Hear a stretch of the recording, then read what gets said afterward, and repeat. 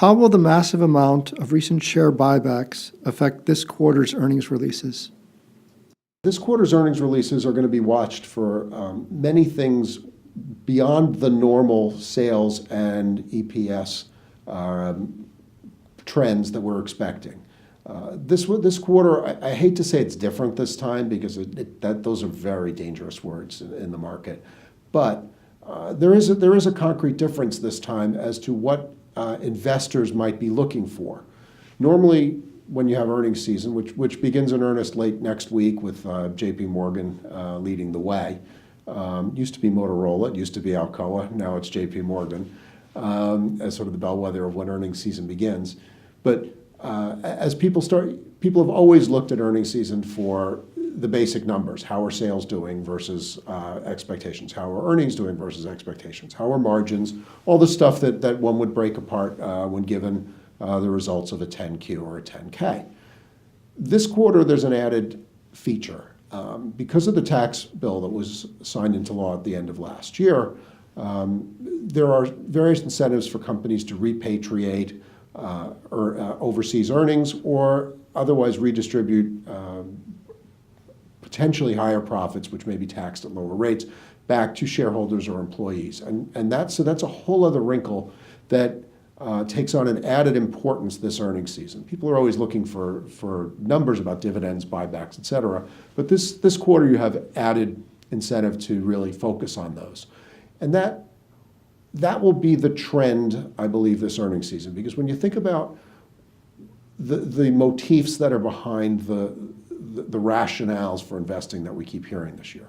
The last earnings season we had was basically in January, and the market was ripping during January. We're up rough, depending on your measures, but let's call it 7.5% in a month.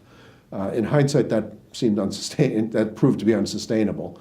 But it was not earnings that was really the catalyst for the drop off. Maybe some overenthusiasm about what they heard on earnings, gave that last little bit of a blow off before the market succumbed. But this quarter, the companies have had more time to adjust their plans, to assess what's going on from a tax point of view. Quite frankly, this quarter actually matters because we're talking for the most part Q1 2018, and this would be the first quarter where you actually have the effects of the tax changes. So all this lays on top of the thesis that earnings are good, corporate results are good, the economy's good, and truthfully, there's really little evidence that isn't the case.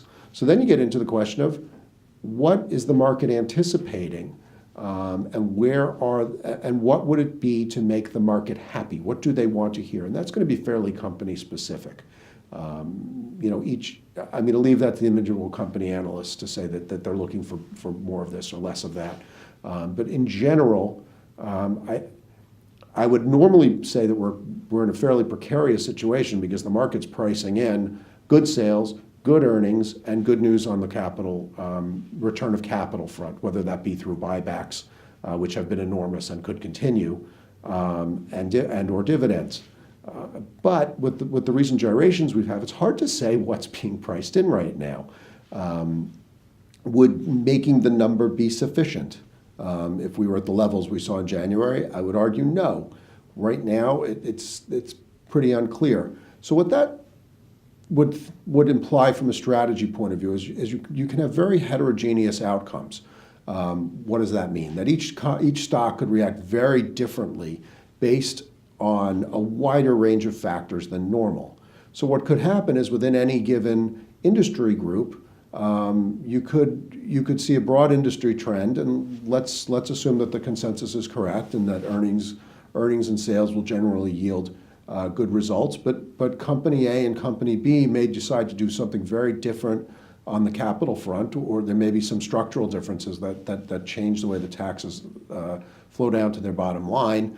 And as a result, you may see two very different outcomes on two fairly similar looking results.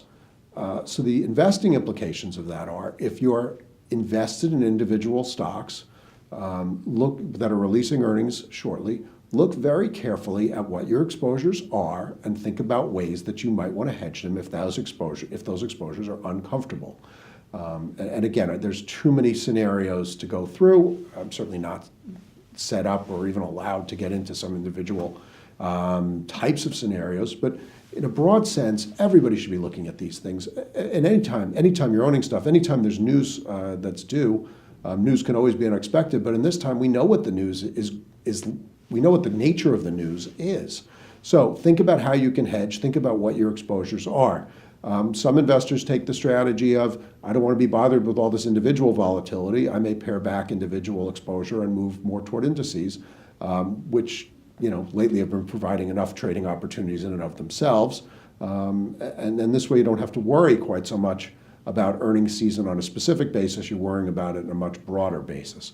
Or you may try to look for industry winners and losers, which would possibly lead you into ETF structures, let's say sectoral ETFs, because you think that a particular sector is likely to outperform another sector. Let's say one with international exposure may outperform on a capital return basis a sector that has much less so.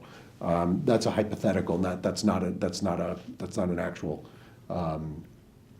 investment thesis, a recommendation right now.